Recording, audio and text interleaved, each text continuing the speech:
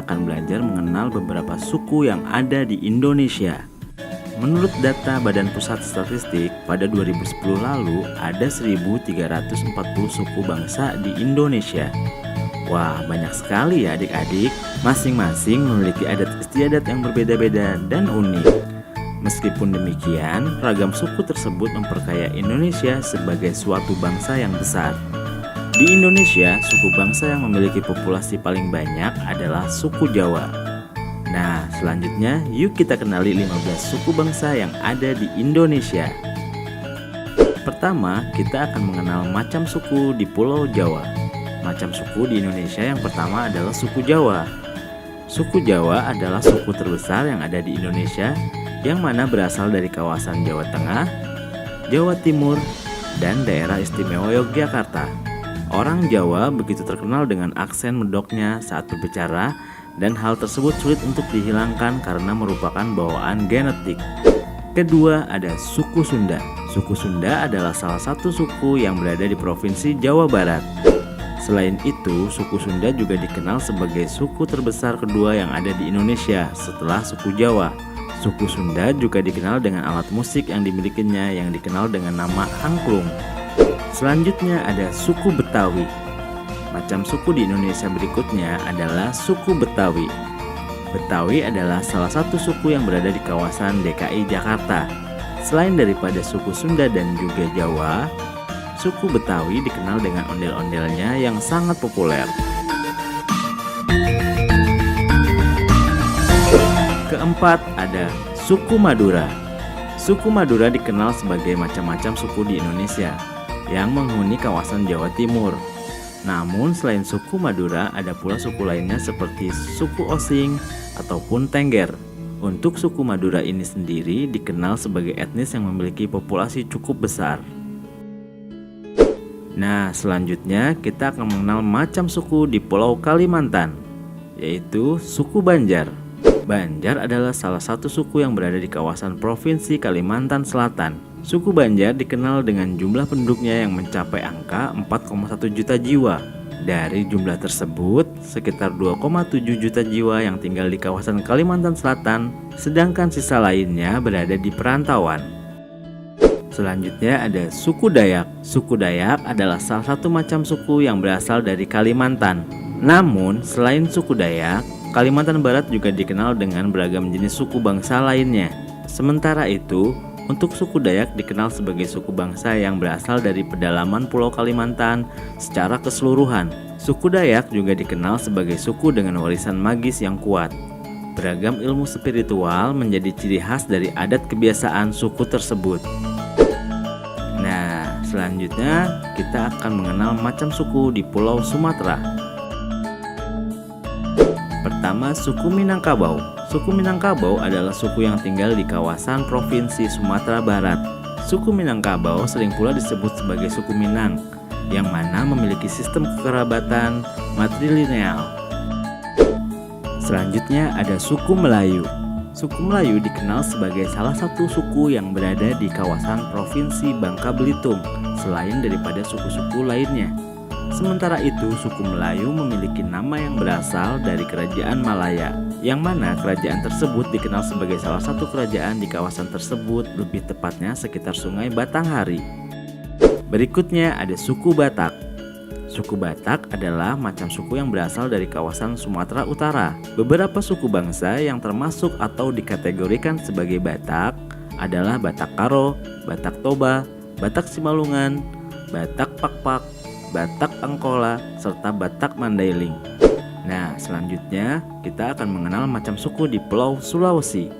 Di Sulawesi, kita mengenal suku Makassar.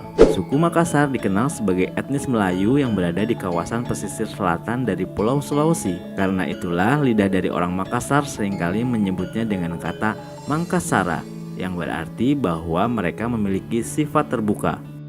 Suku Bugis. Suku Bugis adalah macam suku yang berasal dari Provinsi Sulawesi Selatan. Selain itu, di kawasan tersebut juga terdapat beberapa suku lainnya, seperti halnya suku Toraja, suku Mandar, suku Sakdan, dan suku Makassar. Suku Bugis dikenal sebagai golongan dari suku Melayu Deutero, yang mana suku tersebut masuk ke Nusantara setelah terjadinya proses dari gelombang migrasi pertama yang terjadi di daratan Asia atau tepatnya di kawasan Yunan. Berikutnya kita akan mengenal macam suku di Bali dan Nusa Tenggara. Pertama ada suku Bali. Suku Bali sesuai dengan nama yang dimilikinya, macam suku ini menghuni Provinsi Bali dan juga terbagi menjadi dua macam suku berbeda, yaitu suku Bali Aga serta Bali Majapahit. Berikutnya suku Sasak. Suku Sasak adalah salah satu macam suku yang berada di kawasan Nusa Tenggara Barat. Suku Sasak dikenal dengan nama yang berasal dari kata saksak. Kata saksak itu tadi memiliki arti sampan. Kemudian ada suku Flores. Suku bangsa Flores adalah pencampuran etnis antara Melayu, Melanesia, dan Portugis.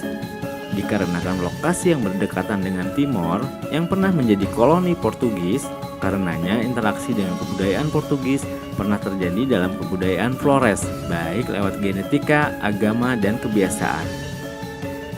Selanjutnya, macam suku di Maluku dan Papua. Suku Buru. Suku ini sebagian besar tinggal di Pulau Buru. Selain sebagai suku Buru, mereka juga sering menyebut dirinya sebagai Gebfuka ataupun GB Miliar. Julukan tersebut mempunyai makna dan arti tertentu, yaitu orang dunia ataupun orang tanah. Nah, yang terakhir ada suku Asmat. Salah satu suku di Indonesia selanjutnya yaitu suku Asmat yang dikenal sebagai suku yang ahli dan pintar dalam berburu di hutan. Kehidupan suku Asmat masih jauh dari jangkauan luar. Populasi suku Asmat terbagi ke dalam dua bagian, yaitu mereka yang tinggal di pesisir pantai dan mereka yang tinggal di pedalaman. Walaupun terlihat sama, ternyata kedua populasi suku Asmat memiliki cara hidup, dialek, dan struktur sosial yang berbeda. Di mata dunia, Indonesia dikenal luas akan keanekaragamannya. Beragam suku bangsa, budaya, agama, ras, dan bahasa saling berbaur jadi satu. Persatuan di tengah perbedaan inilah yang menjadi ciri khas bangsa Indonesia sejak dulu. Tercermin dalam semboyan Bhinneka Tunggal Ika, perbedaan bukanlah jadi penghalang tersatukannya tiap individu di Nusantara, melainkan perbedaanlah yang mempersatukan kita. Namun realitanya, isu perpecahan dan intoleransi yang kian marak jadi faktor pemecah belah keutuhan suatu bangsa. Belakangan ini, negeri kita tercinta dihantam berbagai permasalahan internal, terutama soal integrasi nasional. Kurangnya sikap toleransi jadi pemercik utama rusaknya kerukunan antar sesama. Beragam tindakan-tindakan negatif, mulai dari penyebaran pesan intoleran, isu berbau rasisme, hingga ujaran kebencian kian berkembang pesat di sekitaran masyarakat. Akibatnya, berbagai konflik internal pun muncul, dan hal tersebut lantas memicu terjadinya pergesekan antara kelompok mayoritas kepada minoritas. Sikap merasa paling benar dan main hakim sendiri, lambat laun berujung pada tindakan kekerasan dan vandalisme. Bayangkan jika seandainya posisi kita berada di lingkaran minoritas, besar kemungkinan bisa saja kita diperlakukan secara diskriminatif. Pada dasarnya, intoleransi tidak hanya terbatas pada sikap membenci perbedaan pandangan pribadi saja. Intoleransi juga bisa muncul melalui perbedaan latar belakang suku, budaya, bahkan ras sekalipun. Nggak dapat dipungkiri pula, agama pun kini dijadikan sebagai kekuatan politik oleh segerombolan pelaku intoleransi. Perlahan, sikap toleransi mulai memudar dari waktu ke waktu, dan segelintir oknum cenderung ingin menang sendiri demi kepentingan pribadinya. Sebagai umat muslim yang cinta damai, salah satu sikap dasar yang harus ditanamkan dalam kehidupan sehari-hari adalah sikap saling menghormati dan menghargai kepada sesama. Sejatinya, Islam mengajak kepada umatnya untuk selalu menjalin kehidupan yang harmonis kepada manusia lainnya. Dan Islam juga sangat menjunjung tinggi keadilan bagi siapa saja tanpa memandang apapun latar belakangnya. Dari hadis Bukhari, suatu waktu Rasulullah SAW pernah ditanya, agama manakah yang paling dicintai oleh Allah? Maka beliau menjawab, Al-Hanifiyah As-Samhah, yang lurus lagi toleran. As-Samhah berasal dari kata tasamuh, yang merujuk pada makna toleransi. Hadis tersebut sering digunakan sebagai rujukan Islam untuk mendukung sikap toleransi. Dengan berpegang teguh pada nilai-nilai Pancasila, kita seharusnya dapat meningkatkan rasa persaudaraan kepada antar sesama.